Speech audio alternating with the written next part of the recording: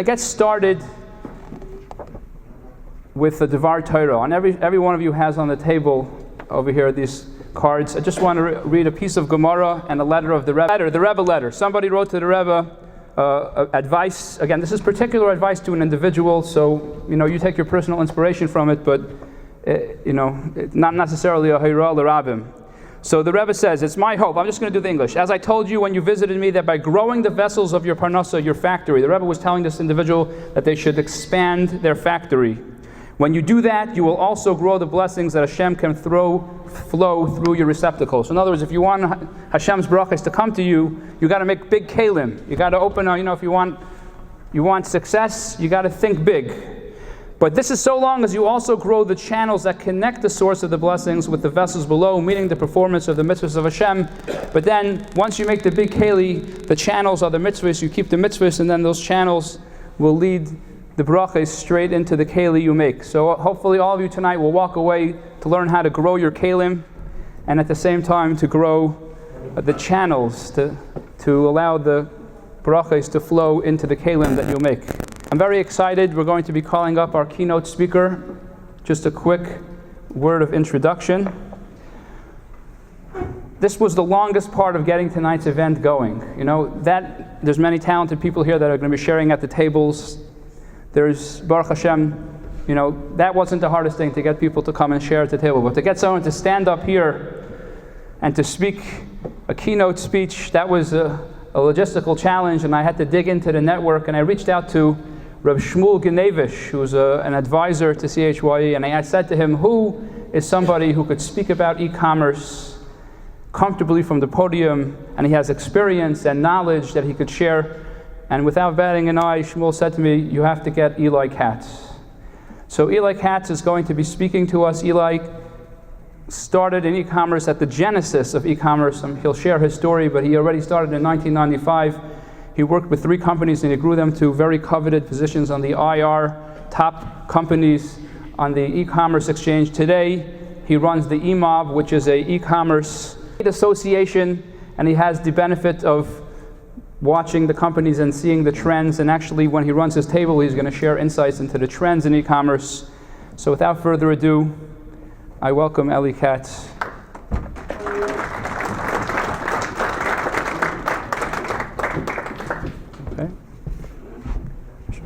Before I begin, just out of curiosity, how many people here are already selling online? If you can raise your hands if you have an online business. 15%. If you're not doing anything online, raise your hand. There's a lot of undecided here in between. Okay. It's interesting, when I got the phone call from Yeshua and from Shmuley about speaking, I was thinking about it, and I was reminded of a story I read in the paper about this homeless guy in Las Vegas who won $2 million in a slot machine. Turns out downtown Vegas, I guess the public facilities, you need to put a quarter in to unlock the door. He didn't have any money, so he was panhandling, and a guy gave him a quarter. So he's about to go to the bathroom, and as he wants to enter, somebody is leaving. And he holds the door open for him. So he saved the quarter. Now he has a quarter, he comes out, he goes across the street into the casino, puts it into a slot machine, makes $2 million. So the reporter who's interviewing, because this is a great story, right? The reporter who's interviewing him says, would you like to say a thank you to the man who gave you the quarter, who enabled you to make you a millionaire? And he said, no, I would really like to say thank you to the man who held the door open for me, because that was the instrumental part. So Shmuley is one of the people in my life. Many people have held the door open for me at different points in time, and Shmuley was one of those. And therefore, I like to help do that for other people and hold the door open, so I'm here. I will tell you how I got into e-commerce, and then try not to bore you with too many details or too many technicalities, and then leave you with what I consider today's 7 principles that you should think about or try to have answers to as you embark on your e-commerce business, or truth is any venture. In 1995, I was a young man, I was 24 years old, and I was working for a company, it was a public company that was selling perfume, health and beauty aids. It was a $500 million company. And I'd always been a little closet geek playing with computers, and online didn't exist the way it does today. And we were a wholesale business. We would sell to Walmart, we would sell to drugstores. And I thought maybe if we could sell our perfume online, we'd make more margin, it would be interesting, it wouldn't be so boring as calling drugstores and trying to get them to buy another bottle of Ralph Lauren or some other fragrance. So there were 3 companies at the time who kind of owned, the internet was a closed space. It was not an open internet. You had to access through one of the primary points. There were 3 big companies who had those dial-up access points. Only one of them is around today. The largest one was a company called CompuServe. CompuServe was owned by H&R Block. The second largest company, anybody remember these companies that have been around? There's a few gray hairs, I see people my age. The second was Prodigy, which was a joint venture between Sears and IBM.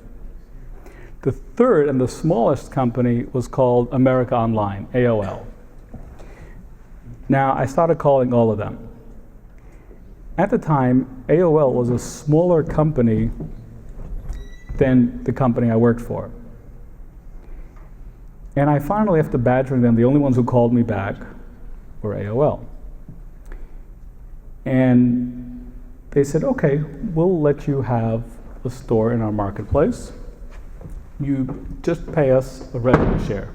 12.5% of every dollar goes to us. No upfront fees. You just have to build your side of your store. Okay. That was the easy part. Now I had to go and convince my bosses and explain to them what this thing was and to get them to buy off on it. So another man who held the door open for me was the CEO of the company, Herman Jacobs, who said, okay, Ellie, how much money is it going to cost? I really didn't know. I had no idea. I told him $5,000. That seemed appropriate at the time. And he said, okay, but make sure not to neglect your primary job. This is a nice side project. Then I had to go to the CFO, who really forget about online or internet. He didn't know what a computer was. He didn't have a computer in his office. And he told me, I mean, he had to approve it because the CEO said, you have the budget. But he told me, look, I don't know how you're planning on selling perfumes on this computer thing, but if you sell 1 bottle the first week, you're successful. And it can't be to any one of your relatives. He knew that I had 200 first cousins, and he wasn't falling for that. So finally, we prepared. It was September. I remember September 12th, 1995. It was a Tuesday evening. We launched our site. 2 weeks actually before Amazon launched their store, believe it or not. If I was really smart, I would have sold books, not perfumes. And back then we used to have to wait for the order files to come through. It wasn't instant. I didn't sleep much that night. And I came into the office bright and early the next morning, and the file is there, and there are 26 orders. 25 considering one of them was a relative, but okay. So it was great. We were so happy we actually didn't think about everything that comes after the part when you get the order, like fulfilling it, getting paid, and all the good stuff. By the end of the week, we had over 500 orders. And then I got a call from the warehouse saying, we can't ship these because there's no payment against them. Like, what are you talking about? These are consumers. They gave us their credit card numbers, and we're good to go. Yeah, but we don't have a merchant account. We can't process credit cards. If you recall, the CFO wasn't really expecting any orders, so he never bothered to get a merchant account. So from the beginning, and we built that company, and we'll get back into some of the stories and things that we've learned along the way. To ultimately, 4 years later, we were doing about $3 million in revenue, and we'd raised 2 rounds of capital and ultimately sold that business in a transaction that was about $50 million at the time. Later on, so I went from selling toiletries to selling toilets, because you couldn't find something more challenging than, once you've mastered selling perfume online, to selling a product like toilets and bathtubs, which need to be shipped, are difficult. But it turns out that difficult categories or specialized categories are actually better to sell online than simple categories, because it creates a higher barrier to entry for your competitors. It's once you have it figured out that everybody else finds it easy as well, and then it becomes hard for you. And from there, I ended up working with a group. We acquired a brand called Ashford, which had actually been my customer back in the iBeauty days, in the perfume business. They used to buy the gray goods from us because they couldn't buy it direct. They went public, raised $200 million. I believe one day they had a $1 billion market cap. Fast forward 7 years later, 6 years later, we ended up buying what was left, the assets, the customer list, for less than $500,000. And I learned a very interesting lesson about the value of a brand, or particularly a brand on the internet, and the value of a customer, which I'll elaborate on shortly. One of the things I learned in iBeauty, when we went out to raise financing, so overcoming if I look at the presentations now, many years later, the first third of our deck or our presentation explained the internet. There was this medium, how fast it was growing, how it was going to overtake TV, cable, radio, etc. The second third explained how it is you can actually sell a bottle of perfume on the internet and why it makes economic sense. Then the third part spoke about our business. One of the challenges that I would get all the time from investors was, hey, what's this market? How much can you sell online? Is there any research? Is there any statistics? Now, obviously there aren't any, because nobody else is really doing this. So I had to go out and get a third party to make the research, but they don't know anything. How are they going to do the research? So I learned another little thing about the way the world works. So I went to the top research firm who was doing all these studies and all these research reports, and I said, look, I need a report that estimates the potential and the size of the market for selling fragrances and cosmetics online. And they said, no problem, it'll be $15,000. Okay. Then I sat down with them for a week and explained to them what I think the market is going to be. And then they gave me this whole thick loose leaf, which took my yeshivish vocabulary and built into this really nice big report with a lot of fancy words, but my numbers. They said, we were really fascinated by this. If you allow us to publish the summary results of this report, we'll knock $5,000 off the price. And I was really excited. That's great. Aside from saving the money, this established the credibility because it was an outside source publishing this number. I knew that we had kind of created the reality when one day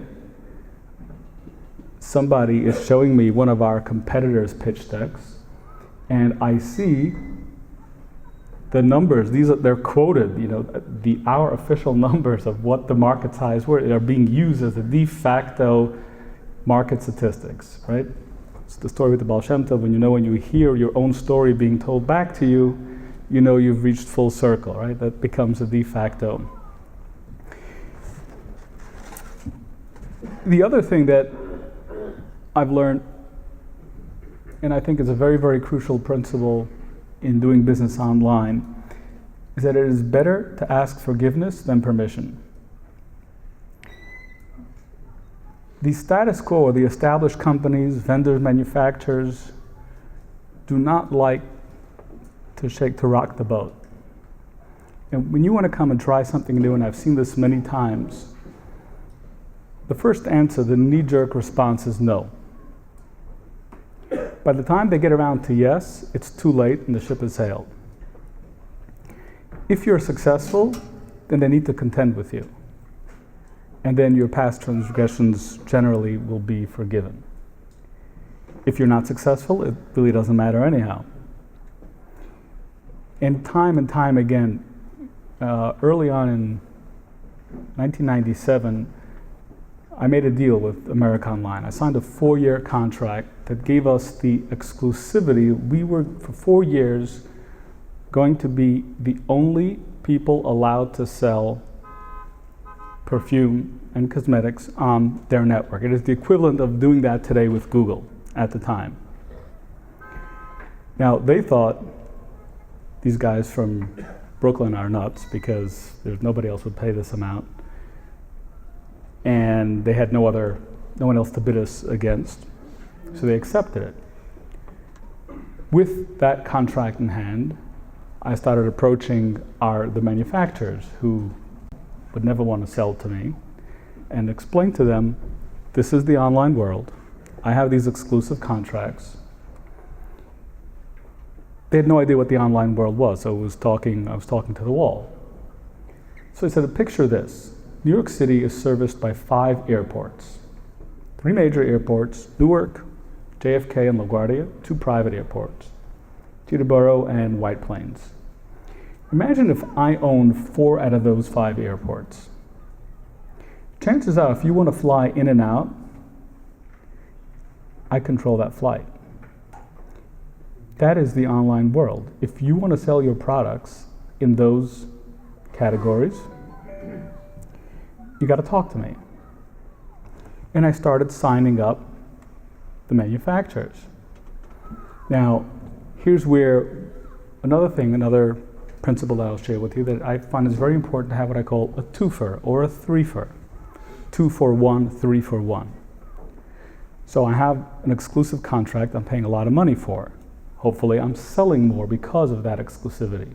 But the market may not be big enough. But because I have this exclusivity, now I have the manufacturers and the vendors who need to sell to me at a price that I could never get before. And now I have another potential supply, which I can then further sell into the gray market. So I'm making money on both sides of that transaction. So that is my 2 for 1, or the twofer. It extends more. I'm not going to elaborate because we can spend all day on that, and it's a little more complex. Now, I'm going to give you a quick, I've shared a couple of principles with you, but I'll give you a quick overview or summary of the key takeaways, or the 7 principles that I found to be very important, for me at least anyhow, in being effective in online retail. Today, more and more, I think it's very important to have a niche. You need to be a specialist. Companies like Amazon that sell everything and do it very, very well, you can't compete with them head on. They just own too much of it. Maybe one day the government will deregulate and break them up into baby Amazons, who knows. Right now, when you need to pay the rent or the mortgage every month, being a specialist and having a niche market is where most people are successful. Even more importantly, if you can be what we call completely vertically integrated. So if you own the manufacturing, you have a unique product, and the retail from beginning to end, you own the brand, you're in a stronger position. Be an extremist. You need to pick, there are three primary areas that a company needs to choose from. Price, service, or selection. You cannot be a fanatic in all three. You cannot have really cheap prices, great service, and an amazing selection. You can maybe succeed at two of the three, but you can do really well. Take one of the three and do not let anybody beat you at that component. You need to be a fanatic. You need to be an extremist in that area. If you're going to be price, operate cutthroat, operate low cost, low overhead, and do it on price. If you can excel at service, you'll have the margin, but then you need to take it over the top in service. You want to do selection? Again, there are companies, for example, there's a company called replacements.com. All they do is they sell, you have an old set of dishes that they stopped manufacturing, and you've got like everything except the main plates, and like you only have 3 left. How do you replace that? You got it for your wedding gift, and there's, well, guess what? They have patterns of a huge warehouse, and every single pattern going back 100 years, and they carry all these little one-off items. That is a specialty business, and selection is their focus. You're not going to get a good price because you are desperate to replace those dishes. But you're going to get the selection. Long tail is what we call it in online retail, is a very, very effective way to compete. Figure out in every strategic move that you do, what's your 2 for, what's your 3 for. If you do this, if you invest in this, what is your 2 for 1, your 3 for 1? Try to maximize your resources. Resources are not just money. One of the most misleading words in online is when the company comes and tells you, we'll give it to you for free. Services are not free. It's your investment of time and energy. And you will discover that you just cannot do everything, and you need to pick those battles. So find which ones give you the most bang for your buck, go with those. I think one of the misleading, or what I found a very dangerous area in online, and it's become more so, is what I call customer acquisition versus customer rental. Customer acquisition is what it costs you to acquire a customer. How much do you need to spend to get that customer into your store? So if you're selling something for $100 and you have a $50 gross profit, and you take away other expenses for credit cards, etc. I'm simplifying this, and you're left with $30. So everything between $30 and what you spent on advertising is your net profit. That means if you spend more than $30 on acquiring that customer, you're losing money in every transaction. Now, sometimes you're selling a product where a customer signs up and it's a subscription, or they will remain a customer for a long time. So you've acquired that customer. So you may not make money on the first transaction, but that customer is constantly there. Unfortunately, today, a lot of businesses find that we are only renting the customer. That means every single time they come back, we just paid for another click to Google. Amazon is a great example of a business that only rents you the customer each time. So it's one of those, I don't want to get into the analytics and whatnot, but it's one of those things that you need to think about and measure your true customer acquisition cost. Another important thing is so principle number 6. One of the things I'll add about customer acquisition, companies tend to overvalue how enduring or how strong of a brand they have. Right? got a lot of customers because they sold cheap, not realizing that those customers, if you're not cheap, those customers will not buy again. I've seen this when we acquired Ashford. I've seen this with many companies, most notably recently, if you're familiar with fab.com, which was started out as a sales site, and then they decided to become more of a full price and design and a little fancier, and suddenly their revenue, their sales plummeted from $250 million literally down to $20 million.